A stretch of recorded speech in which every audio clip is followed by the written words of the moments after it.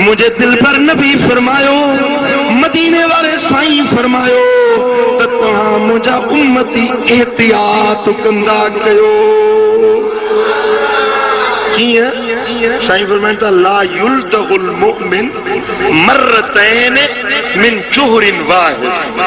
मोमिन बानो हिकड़ी दर मां ॿ भेरा न ॾंगबो आहे। समझी समझी पहुंचे सुभान अल्लाह। अवल समझो साईं फरमाइनि था त मोमिन बानो हिकड़ी दर मां ॿ भेरा न ॾंगबो आहे। मिसाल हिकिड़े दर मां ओचितो को जानवर निकतो, को जीत निकतो, को विछू निकतो, खुदा पनाह में रखे ॾंगे विधई। हाणे वरी ॿियो भेरो उन ॾे सोचे सम्झी ॾींदो, वरी उन ॾे आंगुर विझी कंदो, जिथो नुक़सान पियो आहे वरी ओॾे न वेंदो।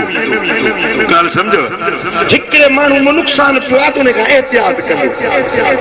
हिकिड़े माण्हू ॾिसे थो कूड़ो आहे, ठग आहे, मकार आहे, वरी बि उन सां कारोबार, वरी गिलाब कंदो अचे। अबा हिकिड़ो भेरो जॾहिं तोखे ॾंगु लॻो आहे त तूं हटी वञ, न भरंदई। साईं फरमाइनि था त मोमिन बानो हिकड़ी दर मां ॿ भेरा न ॾंगबो आहे। जितों हिकिड़ो भेरो नुक़सान थियुसि वरी उहो पासो ई छॾे ॾींदो। कर समझो, मुझे सोने नबी फरमायो फिर मिनल मजसूमी फिरार मिनल असद। जीअं शींह खां परे भॼंदा आहियो तीअं कोढ़े माण्हू खां ईअं परे हटी वञो।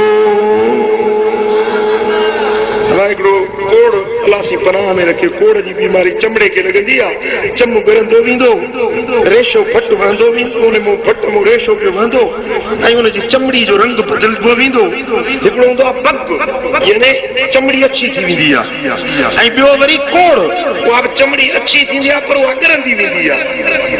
मदीने वाले साईं फरमायो त जंहिंखे कोड़ जी बीमारी हुजे उन खां कीअं परे भॼो जीअं शींह खां परे भॼंदा आहियो। शींह ॾंगे विझंदो, शींह मारे विझंदो, शींह फाड़े विझंदो। साईं फरमाइनि था कोड़ जो मर्ज़ बि विचरंदड़ आहे, उन कोड़ीअ माण्हू खां परे हटो मतां उन जो मर्ज़ तव्हांखे न लॻी वञे। इहो आहे एहतियात, इहो चाहे एहतियात।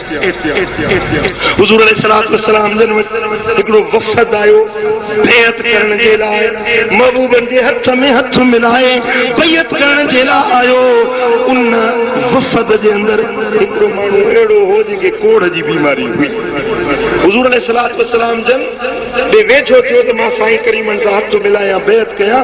पाण फरमायूंसि तूं हिते बीठो हुज, तुंहिंजी बैत मूं वठी छॾी, बैत क़बूल। ॻाल्हि सम्झो, महबूब जो अमल उम्मत जे लाइ तालीम।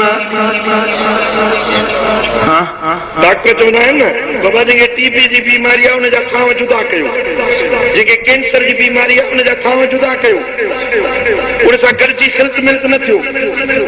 ख़ारिश जी वायरस लॻंदी आहे, ख़ारिश जी हिकिड़े खां ॿिए में, ॿिए खां टिएं में, उन जा कपिड़ा गोॾ कांच कपिड़ो हिकिड़े ख़ारिश वारे जो ॿियो इस्तेमालु कंदो त उनखे ख़ारिश जी बीमारी अची वेंदी। मदीने वारे साईं एहतियात सेखारियो आहे त जंहिं शइ मां नुक़सान थिएव उन शइ खां परे हटो।